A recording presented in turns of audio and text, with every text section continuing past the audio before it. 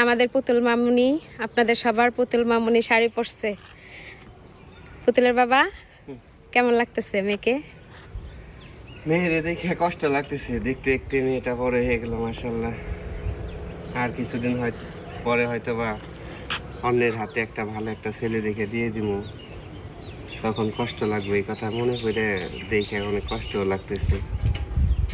কত ছোট আছিল, কত ছোট কোলে রেখে, কত বাচ্চার মতো কোলে রেখে মেয়েটারে বিদেশ গেলাম। 9টা 10টা বছর বিদেশ করে রাইসা দিয়ে মেয়েটা বড় হয়ে গেছে মাশাআল্লাহ। আমার আম্মুটা জানি অনেক ভালো একটা সুপাত্রের কাছে তুলে দিতে পারি। আল্লাহ জানি তৌফিক দান করে। পুতুল, তোমার কাছে তোমাকে কেমন লাগতেছে? অনেক ভালো। অনেক ভালো লাগতেছে। তুমি বড় হয়েছো, এটা ভালো হয়েছে না যখন ছোট ছিল এটা ভালো ছিল? আমি যখন